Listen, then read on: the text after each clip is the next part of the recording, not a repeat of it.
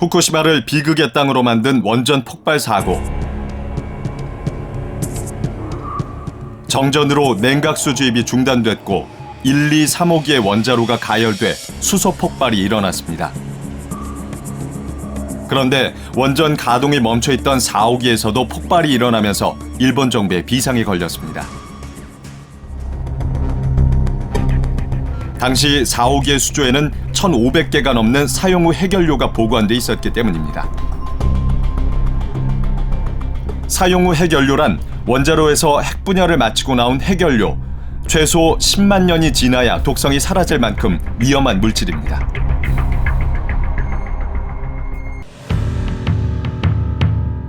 당시 일본 원자력위원회 곤도 슌스케 위원장은 최악의 시나리오를 통해 사용 후 해결료 수조에 문제가 생길 경우 250km 떨어진 도쿄까지 위협받을 수 있다고 경고했습니다.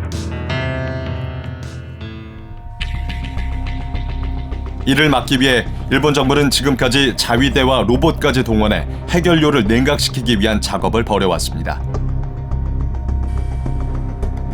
2013년 11월 사고가 난 지 2년 8개월 만에 처음으로 원전 내부가 공개됐습니다. 4호기는 사용 후 해결료 수조를 보호하기 위해 덮개가 씌워져 있습니다. 도쿄전력은 수조의 사고 우려가 커 사용 후 해결료를 먼저 꺼내기로 했다고 발표했습니다.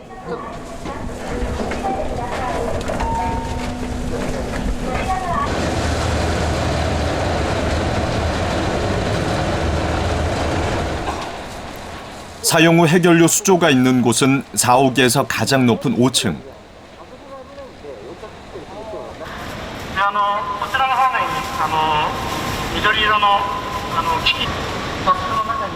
사호기 폭발 당시 파손된 지붕에 잔해가 떨어져 자칫 큰 사고로 이어질 뻔했던 바로 그 수조입니다.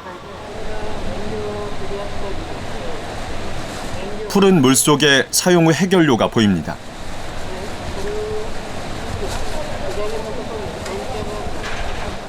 .4号機の燃料プールの上に来ています。あちらプールの水面の下には今も1500体余りの核燃料が残されたままになっています。 하지만 꺼낸다 하더라도 당장은 처분할 곳이 없습니다. 도쿄전력은 사용 후 해결료를 원전 부진의 공용 수조에 임시 보관하기로 했습니다. 그리고 지난달 4호기의 사용 후 핵연료를 모두 이동시켰습니다. 하지만 전문가들은 1, 2, 3호기의 사용 후 핵연료의 상황이 더 심각하다고 말합니다. ただし1号機から3号機の使用済み燃料プールがある場所は大変もう汚れてしまっていて人が近づくことが今現在できないという状態になっています。なんとか人が近づくことができるような状態まで汚染を除いてそこに行ってそして使用済みの燃料を吊り出して少しでも危険の少ないところに移すという作業をこれからやらなければいけません。でもそれをやり遂げるまでに一体何年の時間がかかるのか現在のところはわからないという状態です。 현재 1, 2, 3호기 원자로 주변에는 로봇조차 접근하지 못하고 있습니다. 원자로에 있던 핵연료가 녹아내리면서 건물 밖으로까지 흘러나왔기 때문입니다.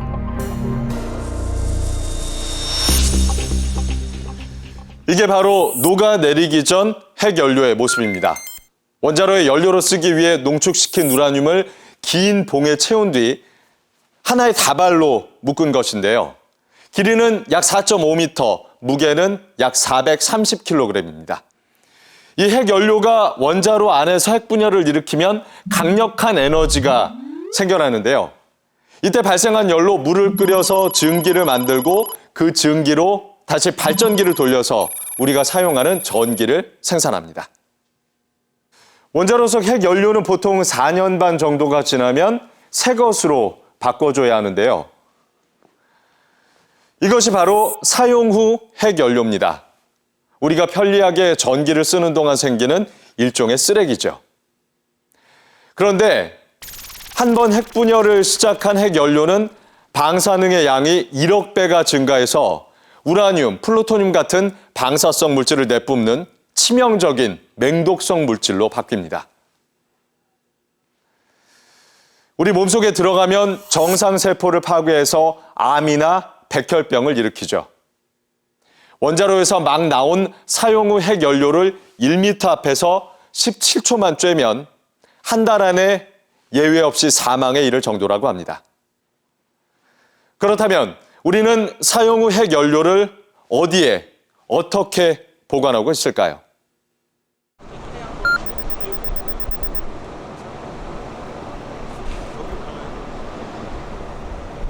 (1983년) 첫 가동을 시작한 월성 원자력 발전소. 사용 후 핵연료가 보관돼 있는 저장실로 직접 들어가 보기로 했습니다. 방사능 관리구역답게 절차가 까다롭습니다. 개인별로 방사선 측량계도 2개입니다. 이거는 한 달간 계측을 해서 자기 기록 관리를 계속 해주는 주 설량제.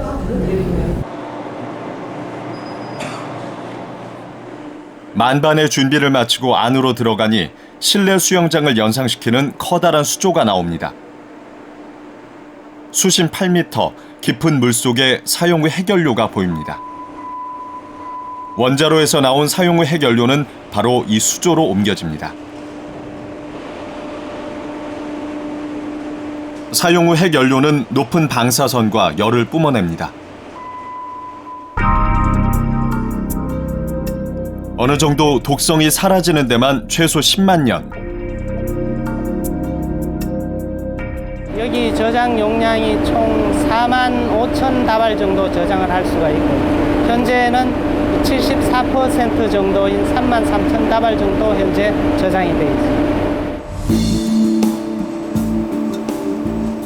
취재진이 방문한 시간, 원자로에서 막 나온 사용 후 핵연료가 수조로 들어오고 있었습니다. 물속에서 열을 식히는 데만 최소 6년이 걸립니다.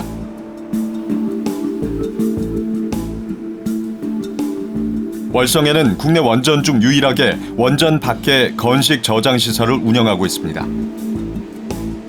높이 6.5m에 달하는 큰 원통형 저장 용기. 1m 두께의 콘크리트 벽 속에 금속 용기에 담은 사용 후 핵연료가 들어 있습니다. 아파트처럼 생긴 이곳은 더 많은 사용 후 핵연료를 보관할 수 있는 저장 시설입니다. 하지만 운영을 시작한 지 4년 만에 절반이 넘게 찼습니다. 1번, 2번, 3번, 4번까지 거의 다 포화됐습니다. 약 한 53% 정도요. 53%? 예. 월성 원전에서 보관할 수 있는 사용 후 핵연료는 최대 50만 다발. 그중 콘크리트 용기 300개는 2010년에 이미 가득 찼습니다. 조밀 저장시설 역시 이런 추세라면 4년 뒤에는 완전히 포화될 예정이라고 합니다. 현재로서는 2018년 12월까지 건식 저장 시설이 확충되지 않으면은 발전소 운전이 불가능하기 때문에 건식 저장 시설이 더 필요한 상태라고 보시면 됩니다.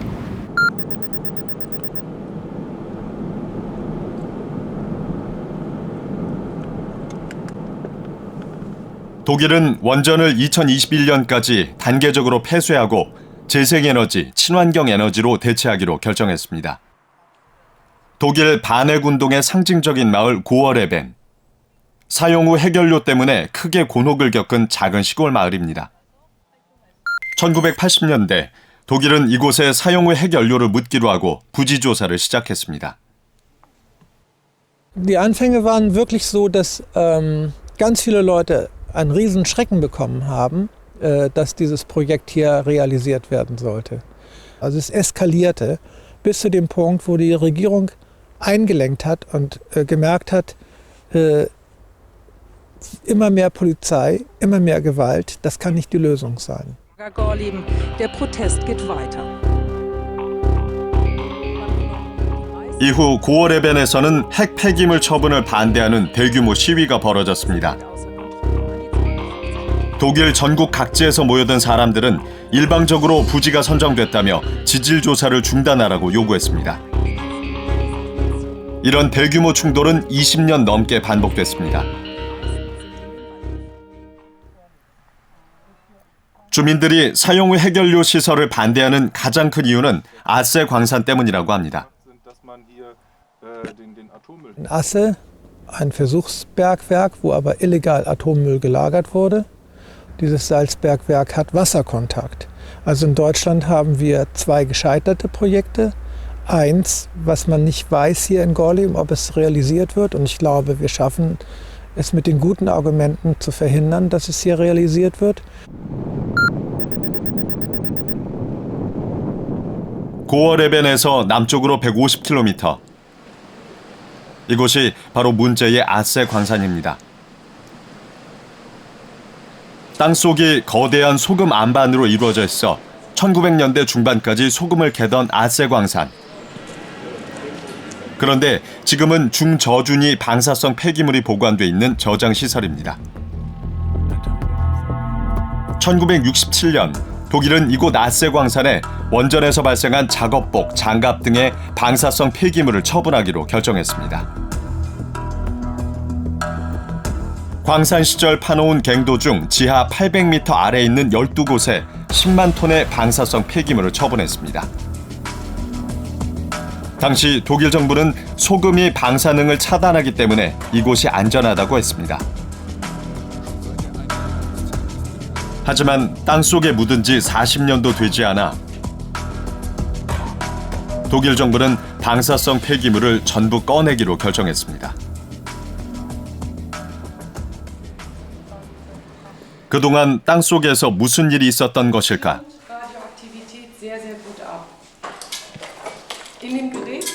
방사성 폐기물이 묻힌 곳이기 때문에 출입 절차가 까다롭습니다.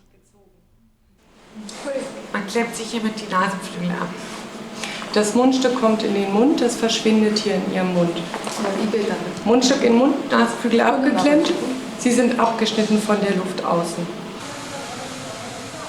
만일의 사태에 대비해 개인 산소통과 방사능 계측기, 손전등까지 들고 지하로 내려갑니다. 하루에 출입할 수 있는 인원도 아주 제한적입니다. 지하 500m, 온도가 높고 먼지가 많아 숨쉬기가 힘듭니다. 여기서부터는 차를 타고 이동합니다. 목적지는 지하 700m에 있는 저장소 인근. 저장소는 방사능 수치가 높기 때문에 100m 떨어진 곳에 굴을 뚫고 저장소 내부를 확인하는 작업을 하고 있습니다. 그 이유는 저장소 안에 있는 핵 폐기물 보관통이 땅속 내부 압력과 지하수로 인해 변형됐기 때문입니다. 문제의 저장소 가까이에 도착했습니다. 사방이 온통 하얗습니다. 이곳이 소금을 캐던 광산이었음을 말해줍니다. 어우짜 소금 광산. 당시 독일 정부는 소금 광산은 지하수가 흐르지 않기 때문에 방사성 폐기물을 처분하기 적합하다고 말했습니다. 하지만 예상은 빗나갔습니다. 광산 안으로 물이 스며들고 있는 것입니다. Asse natürlich auch noch mal zusätzlich problematisch, weil das Wasser, was hier zutritt, kann gegebenenfalls natürlich auch noch weitere Salze lösen und dadurch noch eine größere Instabilität im Bergwerk erreichen. Also wir wissen, dass ein Teil der Lösungen, die hier zutreten, auch weiter in die Tiefe gegangen sind und auch mit radioaktiven Abfällen in Kontakt gekommen sind. 원인은 습기였습니다. 100년 전부터 안반에 스며든 습기가 갱도 안으로 새어나온 것입니다. 이로 인해 저장소에서는 방사능이 누출됐습니다.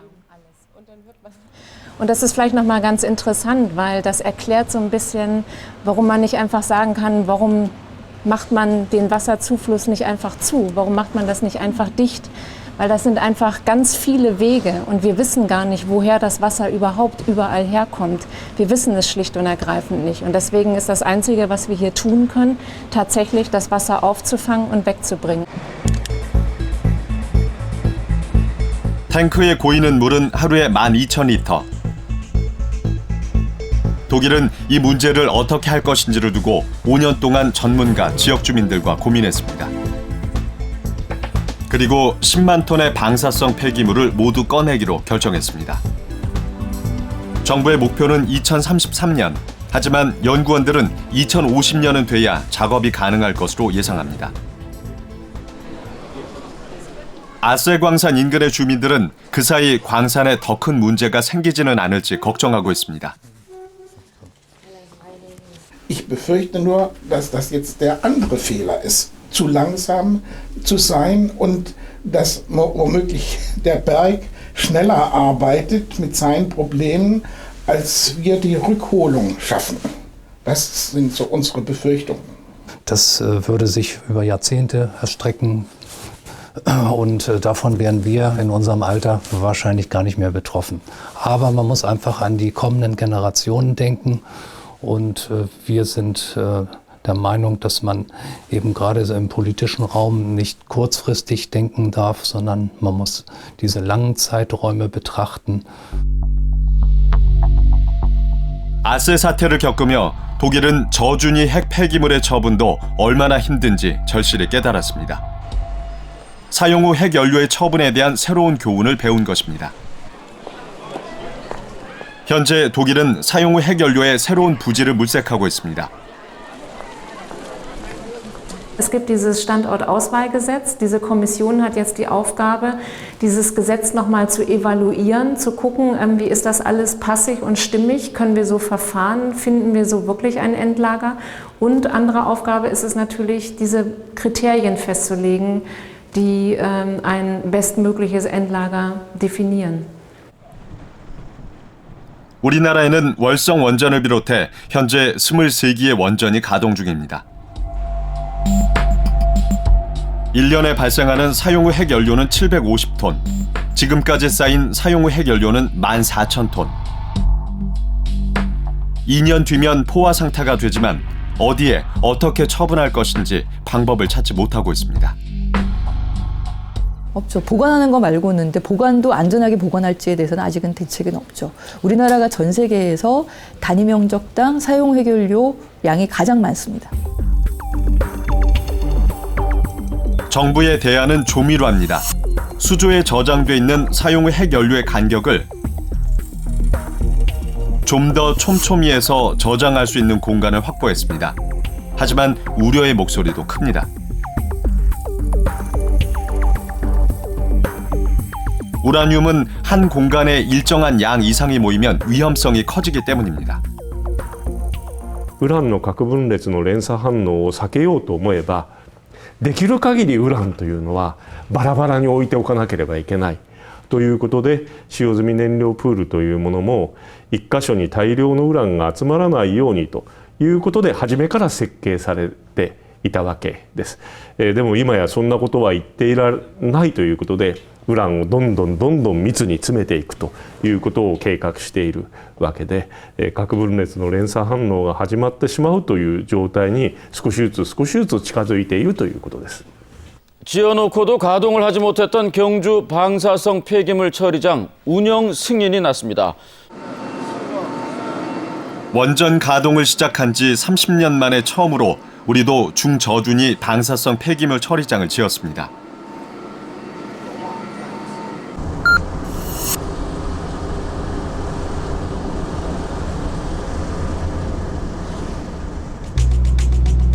(1.5km의) 긴 터널을 따라 안으로 들어가면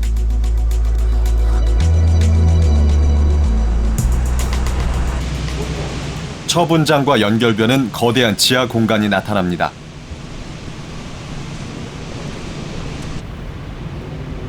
사일로라 불리는 이 구덩이가 바로 방사성 폐기물 처리장입니다. 지름 23m, 높이는 아파트 20층에 해당합니다. 해수면을 기준으로 지하 100m, 이런 공간이 총 6개입니다. 전체적으로 200리터 기준으로 하면 16,700드럼씩 사일로 하나에 처분할 수가 있습니다. 16,700드럼, 이게 다 차려면 얼마나? 저희가 지금 가장 이상적인 조건으로 폐기물을 운반해서 처분을 한다 그러면 1년에 약 13,000드럼 정도씩 할 수 있고요.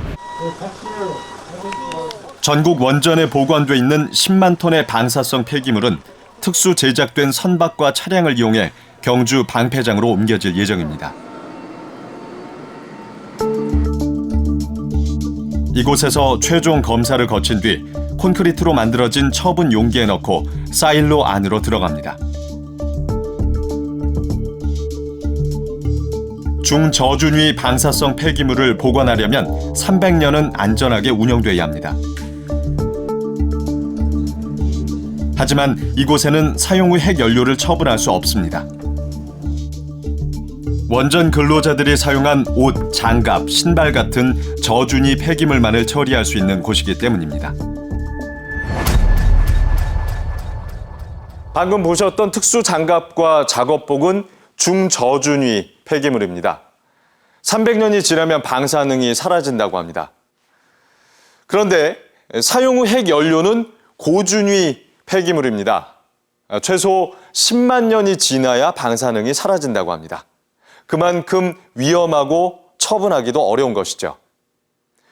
원자로에서 꺼낸 사용 후 핵연료는 핵반응이 완전히 멈춘 게 아니어서 엄청난 양의 열과 방사능이 나옵니다.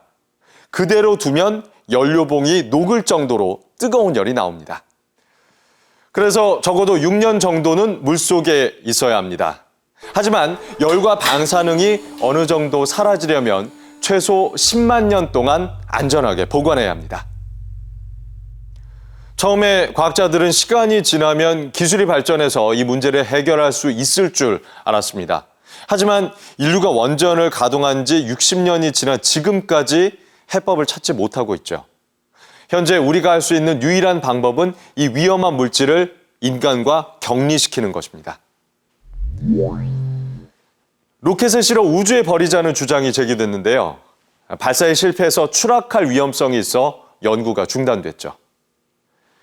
깊은 바다에 묻자는 주장도 있었습니다. 하지만 이 역시 잘못되면 전 세계의 바다가 오염되기 때문에 금지됐습니다. 남극으로 가지고 가자는 안도 있었는데요. 하지만 자원 개발의 가능성이 무궁한 남극에 처분한다는 것을 원전을 한 번도 가동하지 않은 나라 입장에서는 받아들일 수 없었겠죠. 이것은 남극 조약에 의해 금지돼 있습니다.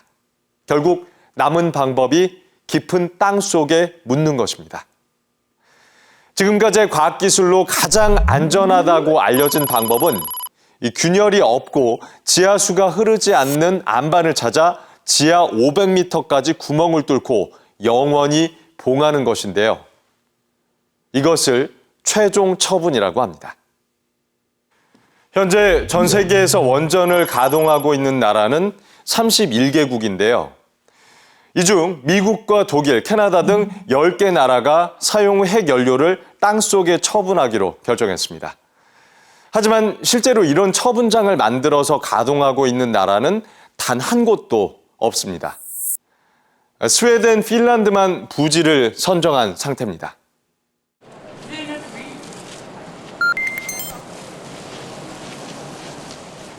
스웨덴의 해안가에 있는 작은 마을 포스마크. 이곳은 원전 가동국들 사이에서 아주 유명합니다. 2009년 사용 후 핵연료를 땅속에 묻기로 결정했기 때문입니다. 스웨덴에는 실제로 최종 처분장과 똑같은 연구시설이 있습니다. 끝없는 터널을 달려 지하 500m 깊이에 이르자 1995년에 문을 연 에스포 연구소가 나옵니다. 20년째 이곳에서는 사용 후 핵연료 처분과 관련된 모든 연구가 이루어지고 있습니다. Så det är kopparkapseln. 5 meter lång. 1 meter i diameter. Och 5 centimeter tjock koppar. Runt själva kopparkapseln ska det då vara bentonitlera. 사용 후 핵연료를 넣는 용기라고 합니다. 스웨덴이 최종 처분장을 짓는 이유는 사용 후 핵연료를 인간으로부터 10만 년 동안 안전하게 떨어뜨려 놓기 위해서입니다. 그러기 위해서 가장 중요한 것이 안반입니다. Och innan kopparkapseln är på plats så har 이 안에 사용의 해결료가 들어가게 됩니다. allra längst ner är det en bentonitpuck. Ovanför bentonitpucken så... Det här är då ett deponeringshål. Och det är ett sånt hål som man placerar en kopparkapsel ståendes. Hålet är 8 meter djupt. Och innan kopparkapseln kommer på plats har man då fyllt med bentonitlera. Allra först är det en bentonitpuck allra längst ner. Därefter har man bentonitringar. 구리 용기에 사용 후 해결료를 넣고 화산재인 벤토나이트로 채워 깊은 땅속 압력을 견딜 수 있도록 한다는 계획입니다. 사용 후 해결료를 안전하게 500m 땅속 안반까지 옮겨줄 특수 차량도 개발했습니다. 이젠 실제로 짓는 일만 남았습니다. Det här Esploratoriet är ett forskningslaboratorium där vi utvecklar tekniker, metoder och maskiner till det kommande kärnbränslevaret. Det ska bli så bra och säkert som möjligt. Det är här nere vi lär oss hur vi ska göra i framtiden.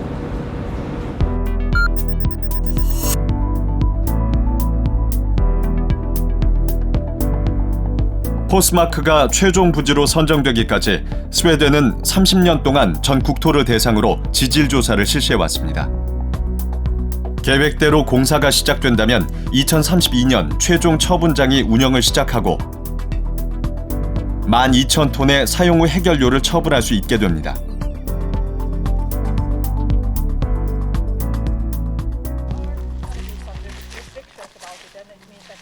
최종 처분장이 들어서는 부지는 전나무와 잣나무가 어우러진 전형적인 스웨덴의 숲입니다. 현재는 처분장을 짓기 위한 정부의 승인을 기다리고 있습니다. 그 사이에도 부지에 대한 조사와 연구는 계속됩니다. Är vår första borrplats som vi gjorde när vi startade våra platsundersökningar 2002. Vilka sprickor har jag? Vad är det för typ av berggrund? Och de här kommer ju att lagras naturligtvis för all framtid därför att de kommer härifrån. 사실 스웨덴은 원전을 처음 운영할 때부터 사용 후 핵연료의 처리를 위해서 고민했습니다. 이를 위해 4개의 원전 회사가 공동으로 핵 폐기물 관리 회사를 설립했습니다. 핵 폐기물 관리에 드는 모든 비용은 국민들이 내는 전기 요금 중 일부분에서 충당합니다. När det gäller använt kärnbränsle, då har vi forskat. Vi har haft ett forskningsprogram sedan 70-talet för att forska teknik och metod. Och i början av 80-talet så då började vi fundera på lokalisering, det vill säga i vilken kommun vi ska ha platsen för att bygga ett slutförvar. Så för att lösa frågan måste man lösa 2 frågor. Först teknik, det gör man genom forskning och teknikutveckling. Och så sen måste man ut och prata med kommunerna för att hitta en kommun där man ska bygga detta. Och redan på 80-talet så började vi prata med en del kommuner och det har vi hållit på med i ungefär 25 år. Och till slut så har vi valt Forsmark.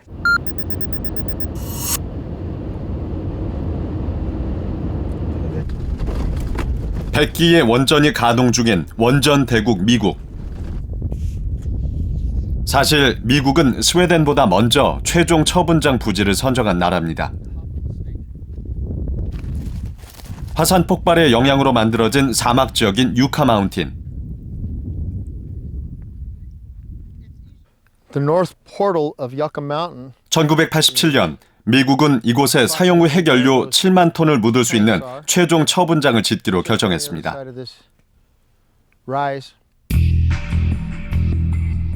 그 후 지질 조사가 시작되면서 유카 마운틴 안에는 13km의 긴 터널과 함께 수백 개의 시추공을 뚫었습니다. 연구비만 매년 약 400억 달러, 우리 돈으로 40조가 넘게 투입됐습니다. 하지만 부지 선정 직후부터 주민들의 거센 반대가 시작됐습니다. 가장 큰 이유는 부지 선정 방식이었습니다. 정치인들이 일방적으로 결정했다는 것입니다.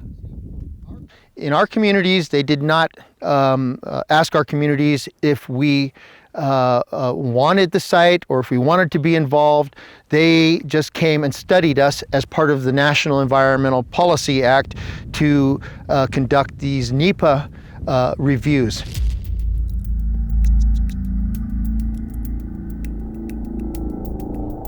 최종 처분장이 들어설 유카 마운틴 부지의 안전에도 의문이 제기됐습니다. 안반에서 예상보다 많은 균열이 발견됐고 지하수의 흔적이 발견됐습니다. Told the Secretary of Energy in 1989, just 2 years after the site was selected, that we have good evidence that groundwater travel time is way faster than 1,000 years. You should disqualify this site. The answer that came back was, we're still studying the site. And so they didn't disqualify the site. 이에 대해 미국 에너지부는 만년을 견디는 금속 용기를 이용해 지하수 문제를 해결하겠다고 밝혔습니다. 하지만 상하원의 승인까지 거친 부지에 대해 네바다 주정부가 연방법원에 취소 소송을 제기하는 등 갈등은 20년 넘게 계속됐습니다. 결국 2009년 오바마 행정부는 유카 마운틴 부지 승인을 백지화했습니다. Any place to be for the way, or any place for the waste to go, you need to have the criteria that all collectively come together to say we have put together as much information as we can possibly get to determine whether we think this site will safely isolate these wastes for the hundreds of thousands of years that's necessary. 이후 미국은 대안을 마련하기 위해 사회 각계각층의 전문가 15명으로 이루어진 블루 리본 위원회를 출범시켰고 2년 동안 전국을 돌며 사용 후 해결료 문제에 대한 다양한 의견을 들었습니다.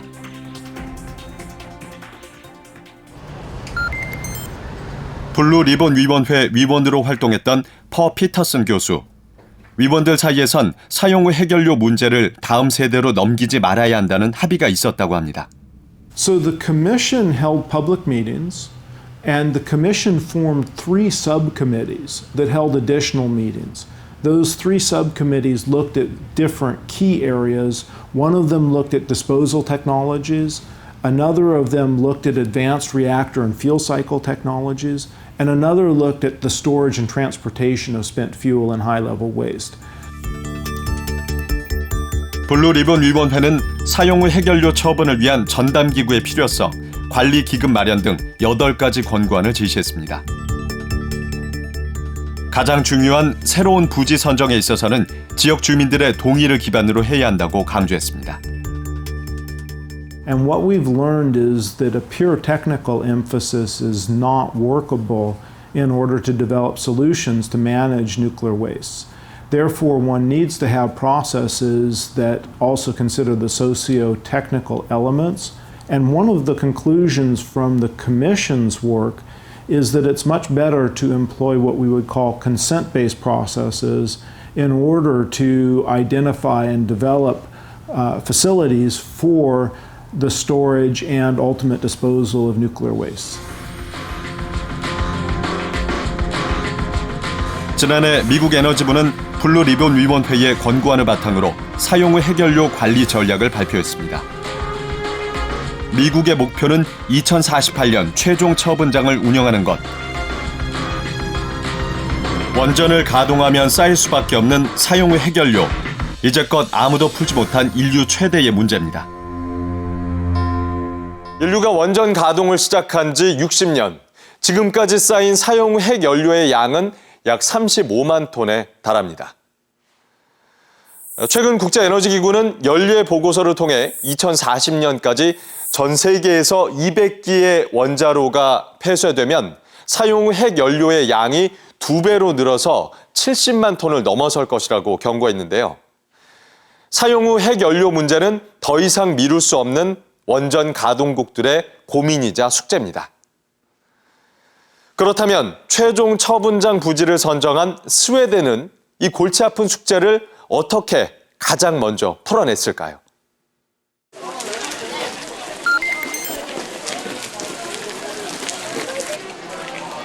사용 후 핵연료 최종 처분장 부지로 선정된 스웨덴의 포스마크.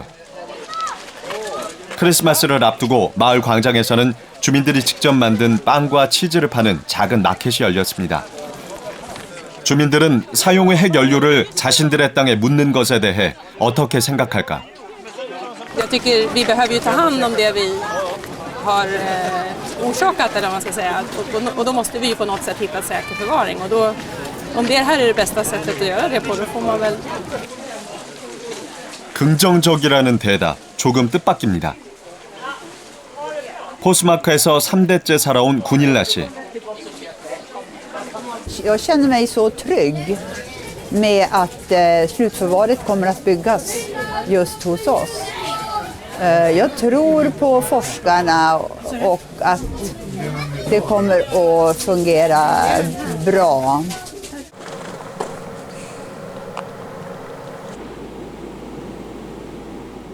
이러한 믿음과 신뢰는 어떻게 만들어진 것일까? 광장에서 만난 구닐라 씨 집입니다.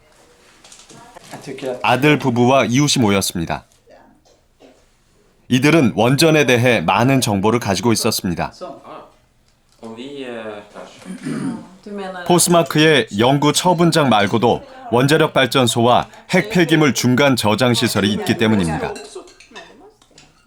이런 이유로 포스마크의 주민들은 일찍부터 원전과 관련된 다양한 정보를 접해왔다고 합니다.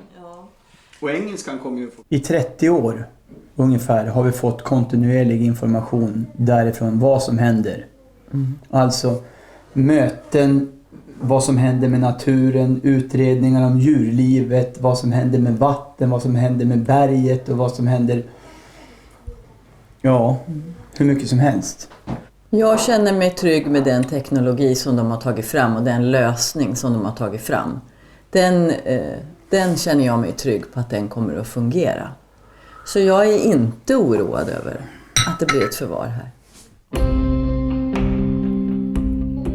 그렇다고 반대 여론이 없었던 건 아닙니다.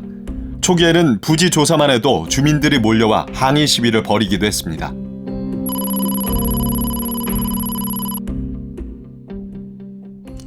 Då kan jag börja med att säga, det har inte alltid varit så här enkelt i Sverige heller.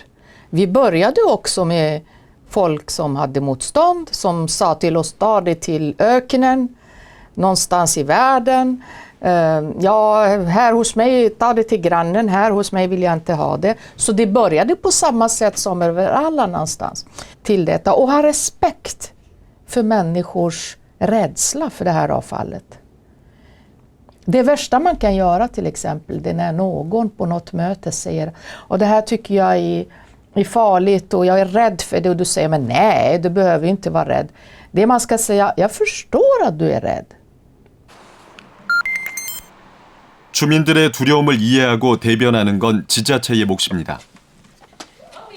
그래서 시청은 주민 편에 서서 감시자 역할을 합니다. 핵 폐기물 관리 회사로부터 진행 상황을 보고받고 주민들에게 전달하는 것입니다.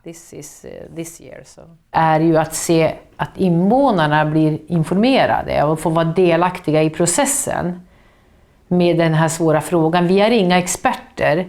Det är myndigheter som granskar, det är SKB som tar ansvar för att visa vad man tänker göra och så vidare. Men vi ska se till att man får ut information, man får ställa frågor, man är delaktig i processen så man känner sig trygg. 주민들이 질문하고 대화할 수 있는 설명회도 정기적으로 열립니다.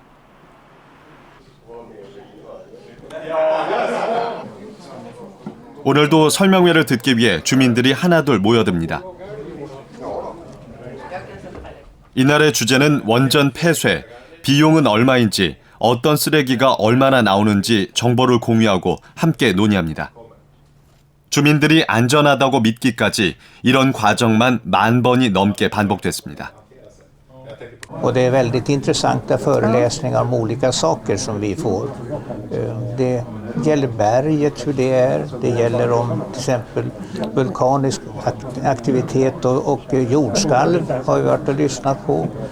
Och klimatet, hur det kommer att vara framåt, eller har varit och kommer att vara. Jag tycker det är helt okej. Vi tycker att det är bra att man tar hand om avfallet på ett bra sätt. Och vi tycker att de redovisar sina förslag på ett fint sätt. Så vi är trygga med det. 우리가 편리한 생활을 누리는 동안 생겨난 사용 후 해결료.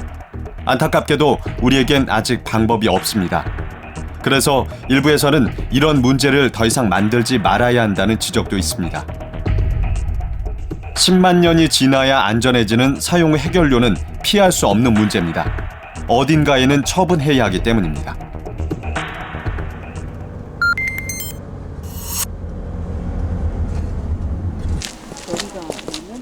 대전 원자력연구원 안에 있는 지하 처분 연구시설.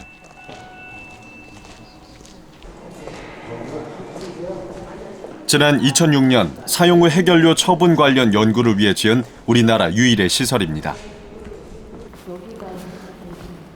현재 이곳에서는 우리나라의 안반 상태와 지하수의 흐름을 관찰하는 연구가 진행 중입니다. 여기 보시면 땅속에 이렇게 깨진 틈들이 있습니다. 이런 깨진 틈들을 통해서 지하수가 흐르게 되는 거거든요. 사용 해결료를 처분한다고 할 때는 이렇게 깨진 틈들이 적은 그런 땅을 찾는 것이 가장 중요합니다. 최종 목표는 좋은 안반을 찾는 것입니다. 균열이 적고 지하수 흐름이 느릴수록 좋다고 합니다. 그렇지 않으면 문제가 생겼을 때 방사능이 빠르게 확산되기 때문입니다. 연구소 안에는 3등급의 안반도 보입니다.